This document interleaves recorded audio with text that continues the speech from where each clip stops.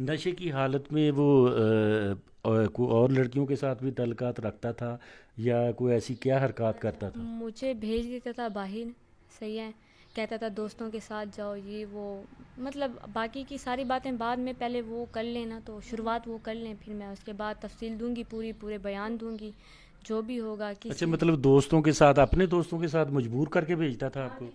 نہیں، میں آپ کو یہ پوری تفصیل دوں گی، ابھی نہیں لیکن دوں گی انشاءاللہ، بعد میں دوں گی جیسے ہی وہ ہوگا ویسے. اچھا، اب آپ کب واپس آئی ہیں کراچی سے؟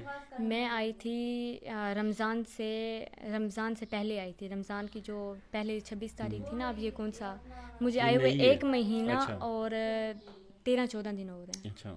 1 مہینہ 13-14 دن ہو گئے ہیں. اب آپ یا یہاں پھر آئی اس ہیں، سے کوئی رابطہ نہیں ہوا دوبارہ ان کے ساتھ؟ میرا عید کے تیسرے اور چوتھے دن تک تھا.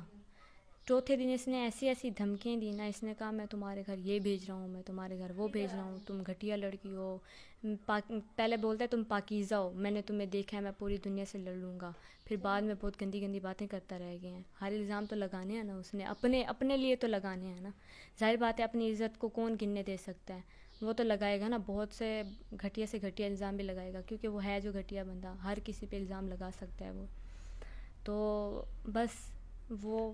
اب آپ عدالت میں کیا توقع رکھ رہی ہیں کہ یہ ساری چیزیں جو حق مہر ہے، گھر ہے، گاڑی ہے، زیورات ہیں، 3 تولے طلائی زیورات، یہ سارے عدالت آپ کو دلوا دے گی؟ مجھے یہ کچھ بھی نہیں چاہیے، مجھے صرف طلاق چاہیے. میں ایسے پیسے، ایسی شہرت پہ نا لعنت بھیجتی ہوں جہاں پہ مجھے عزت نہ ملے.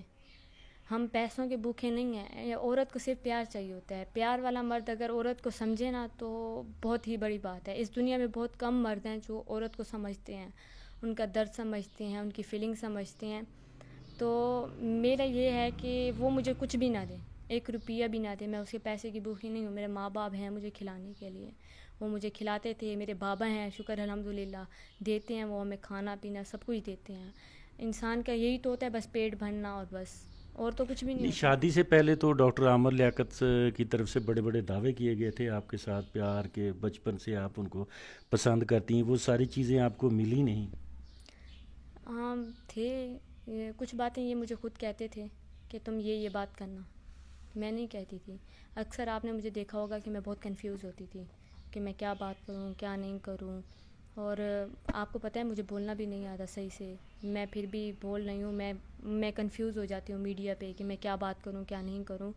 لیکن اب جو ہوں نا، تو آپ کو پتہ ہے نا کہ جب عورت اپنی ہاں پہ یا نہ پہ آتی ہے نا تو وہ کرتی ہے. اپنے حق پہ آ جائے تو عورت لڑتی ہے اپنے حق کے لیے. تو بس میں ان سے کبھی بھی کسی چیز کی توقع نہیں رکھتی اب سے.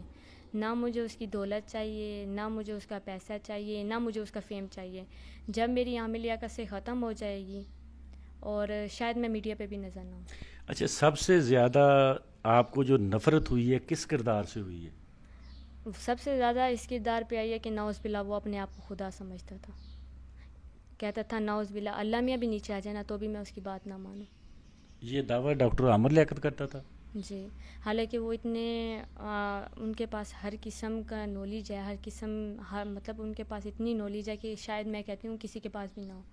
لیکن وہ ایسے جب اس بندے کو عورت کی ذات عزت کا بھی نہیں پتہ تو اس انسان کے پاس کیسے نالج ہوگی؟ وہ قرآن پاک کیسے پڑھا ہوا ہوگا؟ میں تو یہ کہتی ہوں. چلو ہم لوگ نہیں پڑھے، ہم غربت میں تھے، چھوٹے بچے تھے، ہم ہوتا ہے نا ہماری لائف میں، ہم گھر میں پلے ہیں، ہم شریف لوگ ہیں، ہم نانوں کے گھر ادھر ادھر پلتے رہ گئے ہیں، تو ہمیں ان چیزوں کا آئیڈیا نہیں ہے. وہ بڑے لوگ ہیں، وہ کرتے ہوں گے جو بھی کرتے ہوں گے، نشے وغیرہ. مجھے نہ نشے کا نام آتا ہے. اکثر لوگوں نے پوچھا وہ کون سا نشہ کرتا ہے، لیکن ہے میرے پاس ویڈیو ہے، ثبوت ہے، سب کچھ ہے.